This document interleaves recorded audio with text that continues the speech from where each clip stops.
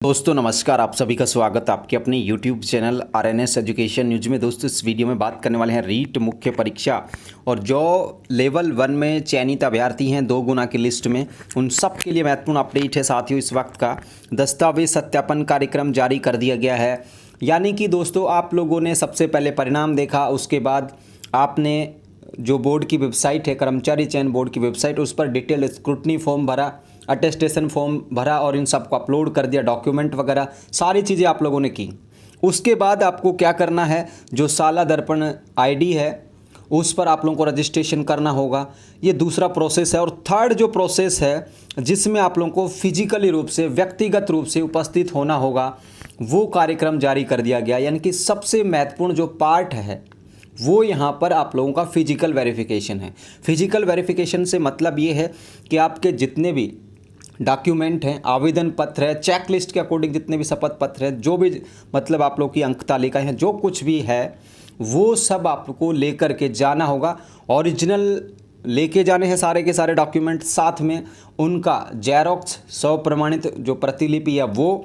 तो अब आप लोगों को अपने गृह जिले में या नज़दीकी ज़िले में वेरिफिकेशन के लिए जाना होगा, खुद को जाना होगा। तो वो फिजिकली रूप से वेरिफिकेशन का जो शेड्यूल है वो 5 जुलाई से 17 जुलाई तक लेवल 1 के लिए जारी कर दिया गया है।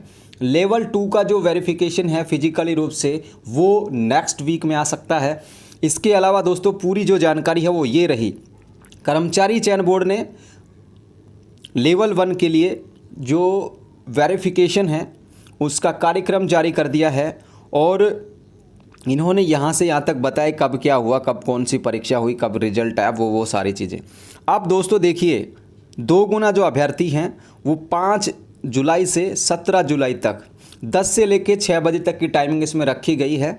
संबंधित जिले के जिला शिक्षा अधिकारी मुख्यालय प्रारंभिक शिक्षा द्वारा निर्धारित स्थान और तिथि पर करवाए जाएंगे। यानी कि दोस्तों डीओ के द्वारा, यानी कि जिला शिक्षा अधिकारी के द्वारा ये आप लोगों का वेरिफिकेशन कराया जाएगा और ये वेरिफिकेशन फिजिकली रूप से शुरू हो जाएगा 5 से लेके 17 जुलाई तक। ठीक है, 5 जुलाई से लेके 17 जुलाई तक।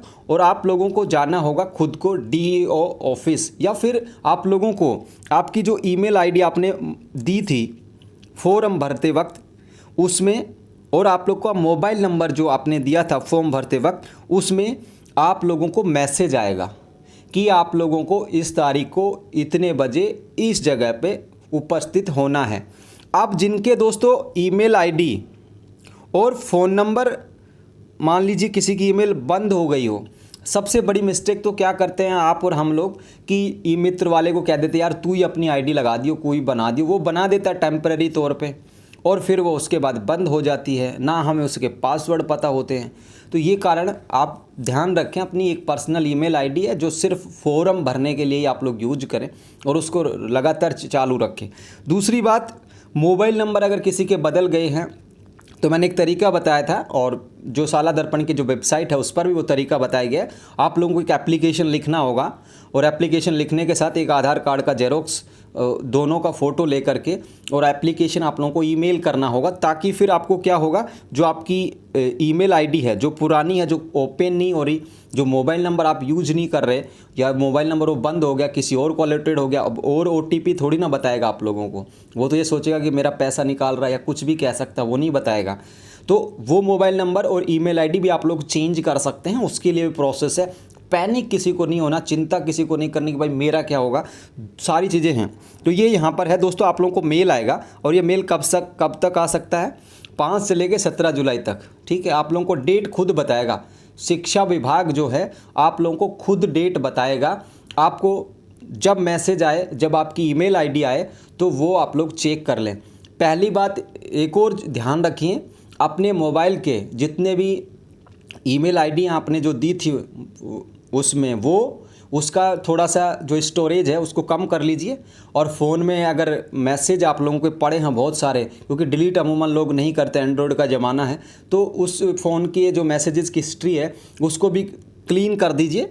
ठीक है, ताकि वो मैसेज नया आए तो आप लोगों को पता चल जाए। कई बार क्या होता है कि स्टोरेज जो है ईमेल का भी भरा हुआ होता है, मैसेजेस का जो फ़ोन में है तो वो भी भरा होता है, तो हमें न्यू मैसेज रिसीव्ड नहीं होते, इसलिए थोड़ा सा डिलीट कर दीजिए। ठीक है ना, तो ये है सूचीबद्ध किए गए अभ्यर्थी साला दर्पण पर लॉगिन आईडी से लॉगिन कर दस्तावेज सत्यापन के दिनांक और समय के में अद्यतन जानकारी प्राप्त करते रहें। और यूजर मैनुअल भी उपलब्ध है। अभ्यर्थियों को किसी प्रकार की सूचना मार्गदर्शन की आवश्यकता हो तो दस्तावेज सत्यापन के निर्धारित अवधि के कार्य दिवसों में प्रातः 9:30 से शाम 6 बजे तक संबंधित जिले के जिला शिक्षा अधिकारी प्रारंभिक शिक्षा द्वारा स्थापित कंट्रोल रूम पर भी संपर्क कर सकते हैं।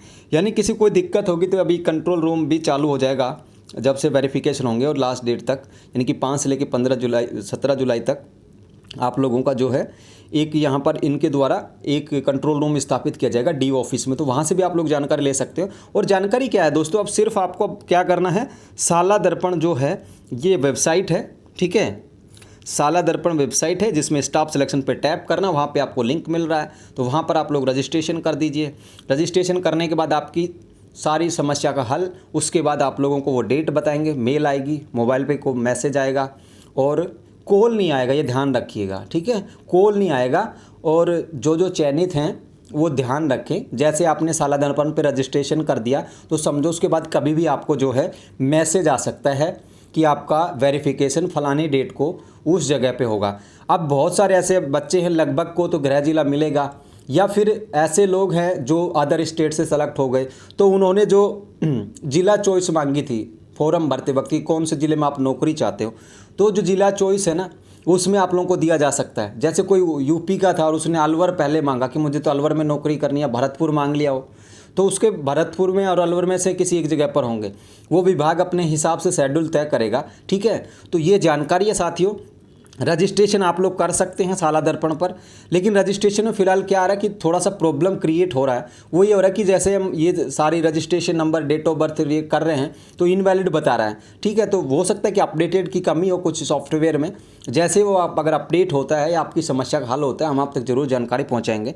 फिलहाल आप लोग क्या है, आराम से रहिए, स्वस्थ रहिए, मस्त रहिए, बेफिक्र रहिए। सिर्फ आपको रजिस्ट्रेशन साला दर्पण पर करना है, उसके बाद विभाग की जिम्मेदारी है, वो आपको मैसेज करेगा, वो आपको मेल आईडी करेगा। मेल आईडी जिनकी बंद है, वो फ़ोन नंबर बंद है जो आपने फॉरम में दिए थे, तो वो आप लोग वापस से नया जोड़ सकते हैं। उसके लिए एक प्रोसेस है, वो मैं डाल दूंगा आप लोगों को, ठीक है ना। दूसरी बात, यहाँ पर आप लोग वो जो है साला दर्पण पर रजिस्ट्रेशन करने के लिए आप लोगों के एक एप्लीकेशन आईडी की ज़रूरत होगी, एप्लीकेशन नंबर। तो एप्लीकेशन नंबर कौन से वो बता देते हैं आपको वो एप्लीकेशन नंबर है साथियों, आपको रीट का जो फॉर्म भरा था कर्मचारी चयन बोर्ड के द्वारा, जो दिसंबर 2022 और जनवरी के महीने तक भरा गया था, 2023 19 जनवरी जो लास्ट डेट थी, वो रजिस्ट्रेशन नंबर देने हैं, ठीक है, एप्लीकेशन नंबर, ठीक है, सॉरी। तो वो एप्लीकेशन नंबर हैं जो आपने रीट का फॉर्म भरा था मेंस की परीक्षा के लिए, वो रजिस्ट्रेशन नंबर देने हैं, सॉरी एप्लीकेशन नंबर देने हैं, बार बार रजिस्ट्रेशन याद आ रहा है। तो एप्लीकेशन नंबर वो हैं जो आपने रीट का फॉर्म पहली बार भरा था परीक्षा देने के लिए, वो वाला एप्लीकेशन आईडी नंबर है, वो आप लोगों को भरना है, ठीक है। इसके अलावा कोई नहीं भरना।